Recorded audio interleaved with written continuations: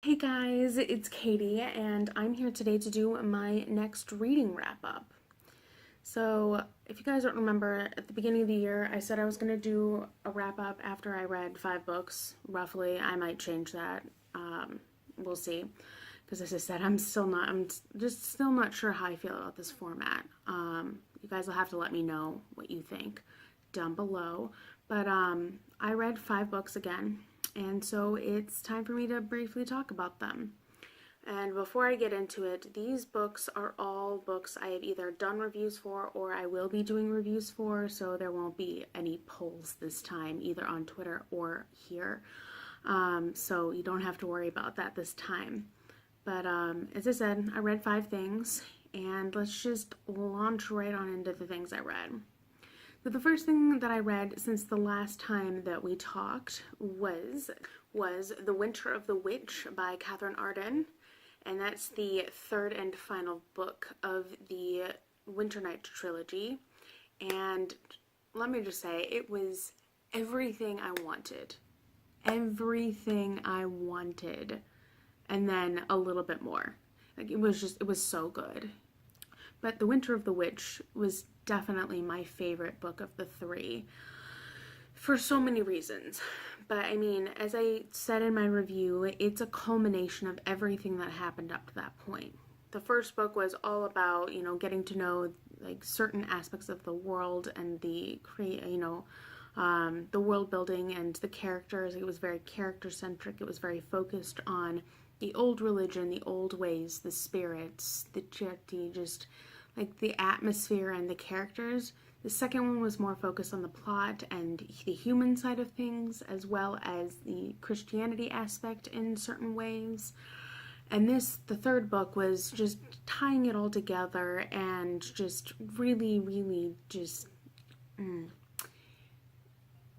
tying it all together, and it was a culmination of everything that we'd learned about at that point, and it was just so well done. There was so much packed into such a small book. Small for me. I know it's not small for some people, but it's small for me, okay? Just going through my normal rigmarole when it comes to reviews. The writing was really well done, as always. It was just so atmospheric. It really drew you in. And Catherine Arden did a really great job of keeping to her story and to the characters that we gotten to know over the time, and did a really great job of pulling it all together. And then talking a little bit about the plot. I can't really talk about the plot too much because spoilers, but it will keep you hooked from the very first page to the very last page. It didn't really drag. It was very, very enjoyable. Pacing was great. There were some things that, I wasn't sure how I was feeling about it at the time I was reading it, and then as time went on, I was like, oh wait, things just got real. Like, I am excited about this thing. And then next, talking about the world building. The world building was phenomenal. It was just building on everything that we'd learned from the first book, all the way up to, through the second book, and this was just continuing on with the story, and it was just continuing to enrich everything that we'd learned while introducing us to some completely new concepts that were really, really unique, and I really loved it. And then finally, the characters. And just the characters, okay? I am very attached to them at this point. I admit, there were some times I was like extremely extra frustrated with some of the characters. Vasya being one of the sources of my main frustrations. But there were, it was just really well done. And my favorite character is a character I feel like I can't talk too much about because of the role the character plays, like from the first book all the way up to where we're at now. I want to talk to you about them because they're like literally my favorite character, but I will refrain. But if you guys are interested to know who that is, so then just come over on Twitter and like message me or something, or if you just scroll back through my Twitter feed, you'll find who it is because I talk about them a lot, or at least I did. So yeah, definitely loved that book. And as I said, it was everything I wanted and more. There were things that happened in the last book that just definitely were a bit of a roller coaster ride in the emotions category. But I was able to kind of figure out where it was going, so I knew it was going to be fine. But when you're in the moment, things can get a little grim for the moment. So I mean, just be forewarned. And there are the same triggers as usual going throughout the trilogy. I think I mentioned, I'll just link my trilogy review up above. It's spoiler free, so you can go watch it and, be happy. But I'll just link that up above for you guys. And the next 4 books that I read were books, 3, 4, 5, and a companion, all kind of in the same series. And that is The Titan's Curse, The Battle of the Labyrinth, The Lost Olympian, and then The Demigod Finals, all by Rick Riordan. On a bit of a mythology kick there for about a month and a half. I was really digging the folklore and the mythology stuff for, as I said, for quite a while, and I'm not sorry that I literally binged all of that in the last couple of weeks, but it was exactly what I needed, and I'm just so glad I did it. And I mean, I know I have so many other mythology books to get through, like all of the other Rick Riordan series and things like that, but I'm going to take a little bit of a break over the next little while, because I am doing a buddy read with Kara from Wild Book Garden. We're reading The Six of Crows duology together. It's gonna be interesting. I am nervous, because if you guys don't know, I was not a fan of Grisha. But anyway, I digress. Let's just get into talking about the other books. I'm gonna try and talk about them separately, but it might be a little bit difficult to do so because they're all in the same series, but we'll see what happens. So the first book I read was The Titan's Curse, and that is book 3 in the Percy Jackson and the Olympians series. And again, we follow Percy and his friends Annabeth and Grover as they go on some crazy adventure. The only difference with this book compared to the other ones is it does not take place during the summer, and it really does not take place at any point in time at camp. They are mostly, it takes place around the Christmas holidays, kind of around the winter solstice, and it's right after a certain character has kind of come back into the fold. They've talked about this character for the 2 books prior, but we never really met them because of certain circumstances. Well, they finally make an appearance in this book, and interesting dynamics into play. And it's interesting because one thing I loved about this book in particular was the introduction of Hunters of Artemis. And I really, really enjoyed seeing that aspect of things, and really also just getting to see some of the Titans, because that's always an exciting time. Once again, I just this whole series fed my little classics heart, because I'm just garbage for anything mythology and classicsy and historical, ancient, medieval, Renaissance history. It's my jam. And I just loved reading the rest of the series. It was so good. So that one focused on that aspect. And once again, just going through briefly, the characters, they're fun, they're interesting, and I liked them, but Percy is also the most endearing idiot I have ever read. Actually, no, not ever, because Fitz exists, and Fitz takes the cake on all the things. But I definitely really enjoyed Percy and his idiocy and his little pining heart. Even though he wasn't necessarily aware of it for a while.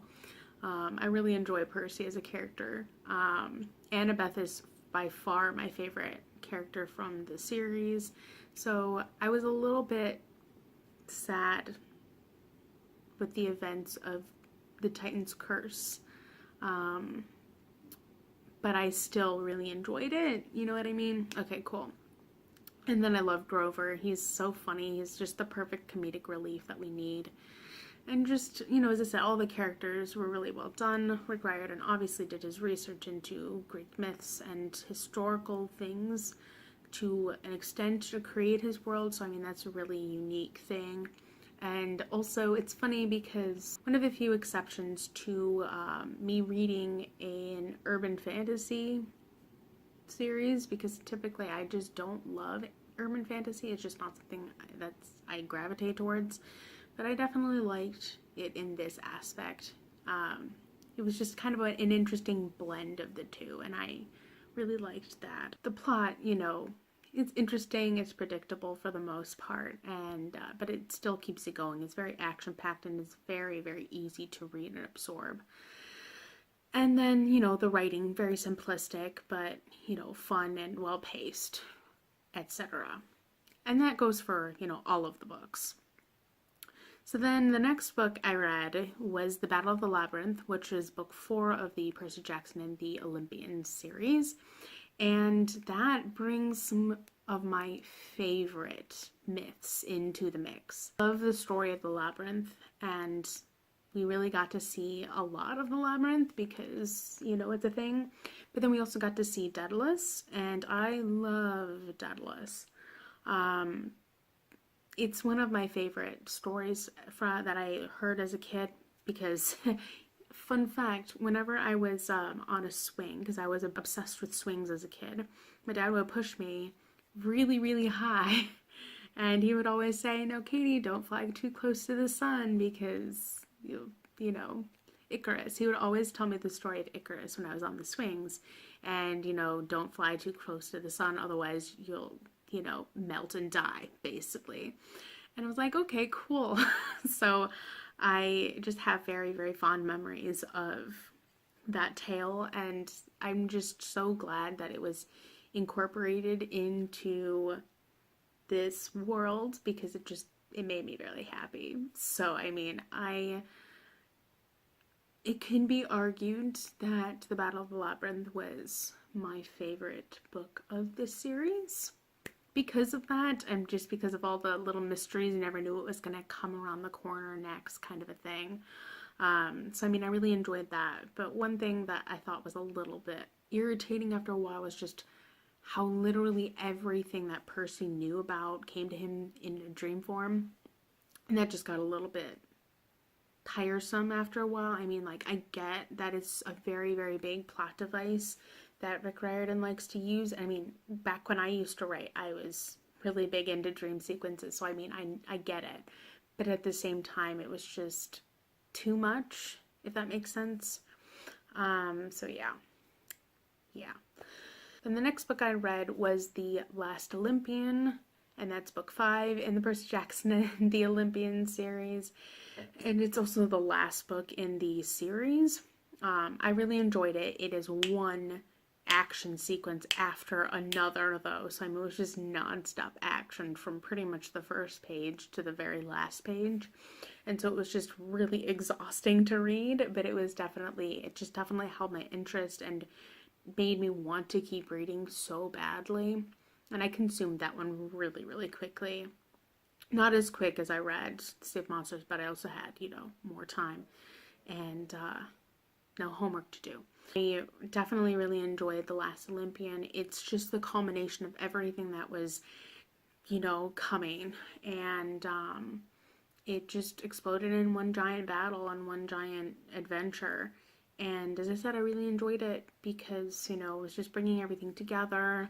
A lot of plot lines that were kind of started all the way back in the first book finally started to get wrapped up, and it was really interesting, and I just had a really good time with it. I enjoyed The Last Olympian, and I'm looking forward to reading, I think it's the Kane Chronicles next. I think that's the next in the chronology, technically, even though it follows different characters.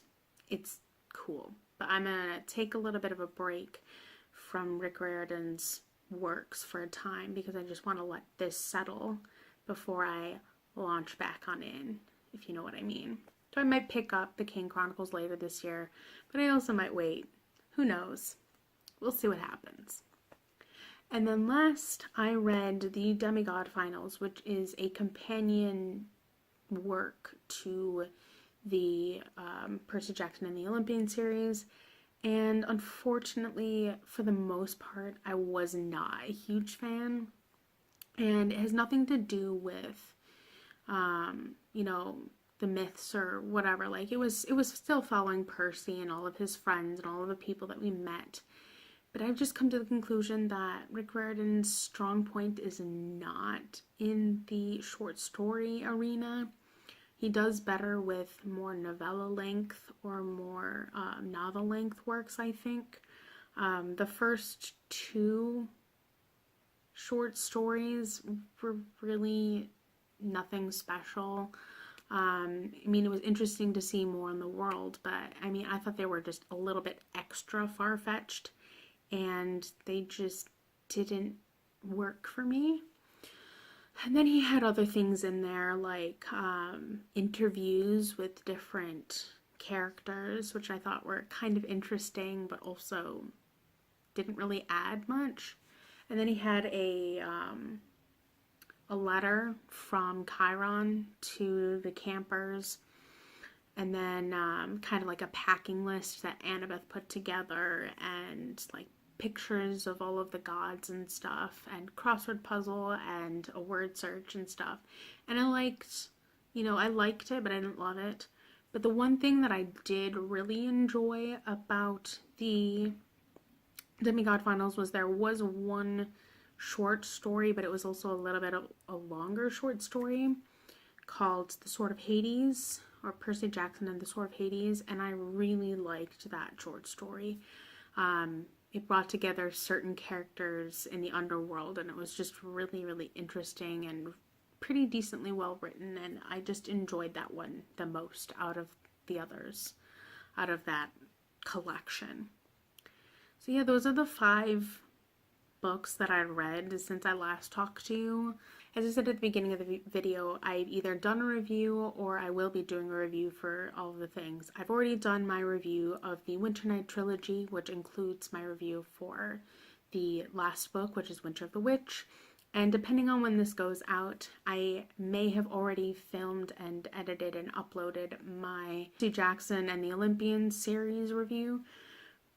But if not, that'll be going up within the next couple of days after this comes out.